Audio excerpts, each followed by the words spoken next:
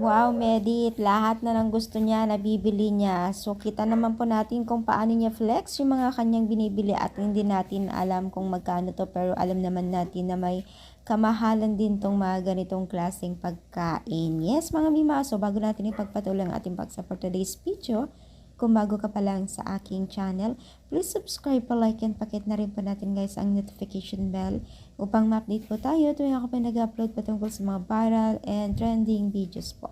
So alam niyo ba guys na itong si Merit ay masayang nag-flex po sa kanyang social media account ang kanyang merienda o kinakain.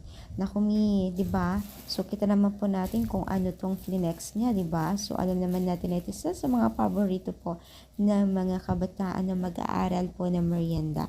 So syempre, giit ng mga netizens parang hindi at hindi talaga biro ang presyo po ang kanyang flex ngayon ni Merit. So, ibig sabihin lamang yan talaga ay nabibili na niya yung mga kailangan, nabibili na niya yung mga gusto niyang pagkain, at yan po ay deserve naman po niya dahil nga po sa kanyang pagpupursige at pagtsatsaga at this is sinuklian na po, 'di ba? So alam naman natin pag masipag at tsaga tayo ay talagang dadating yung time na magkaroon tayo ng tapat or sukli sa pagiging isang matyaga natin, 'di ba?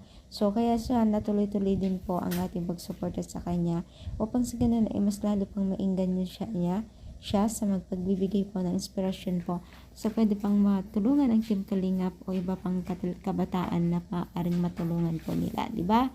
So sana tuloy-tuloy ang pagsuporta natin sa kanya dahil napakalaki na po ang na kanyang narating ngayon, di ba? So ano masasabi ninyo? I-comment down, palike pa ang ating video. Thank you so much guys. Syempre, more power and God bless.